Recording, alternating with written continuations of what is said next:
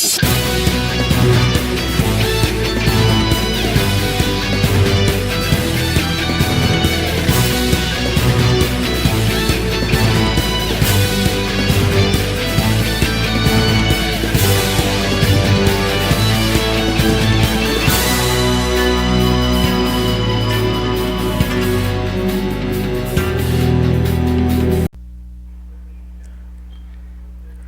everyone, Video Game Lover here, and welcome to a new review. And today I will be reviewing Dino City for the Super Nintendo. This game was developed by Irem. If you know who Irem is, they're the people that make the R-Type games and other games back in the day. This game came out September of 1992 in North America, July 17th, 1992 in Japan. So what this game is about is two kids named Timmy and Jamie accidentally get transported to a world that resembles a prehistoric Earth, you know, and it's filled with dinosaurs and cavemen and yada yada. So they need to find a way to get themselves back to the present time. And while they're on their adventure, they team up with two dinosaurs, a T-Rex or Protoceratops, depending on your choice. First and foremost, you want to be Tops in this game, who is the Protoceratops. The reason why is that Tops has a projectile. The T-Rex Rex only has a punching method, and it's not very good. So this game is a basic platformer. You jump on enemies, depending on which character you have. You can switch any character you want if you get a game over. You only have 3 continues and 3 lives, but it is very easy to get lives in this game. That depends. Alright, let me get the big elephant out of the room. This game is hard. Should not shock anyone, because who made this game? Irem.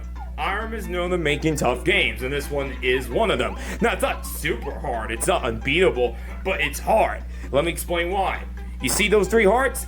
That's all you have. You lose all 3 hearts, it's a wrap. You're dead. And you have to start the section all over again.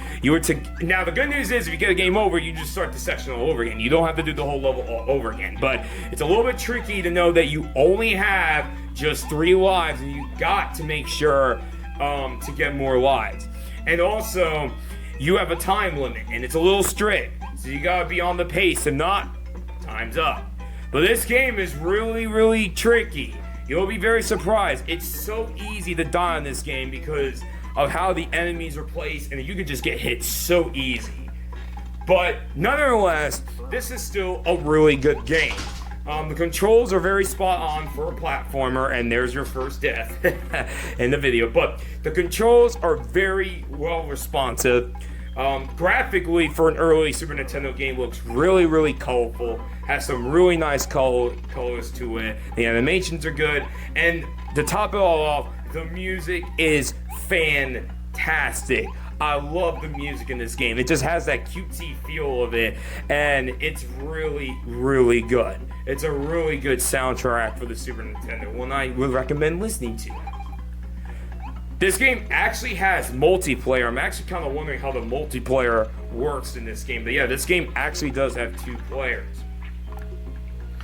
But yeah, this is a pretty solid game for the Super Nintendo. This is not the only Irem platformer. Irem did another platformer called Rocky Road. Now, I haven't played that game, but I heard it's pretty decent from what I heard. So I'll take a look on it, and maybe someday I'll review it.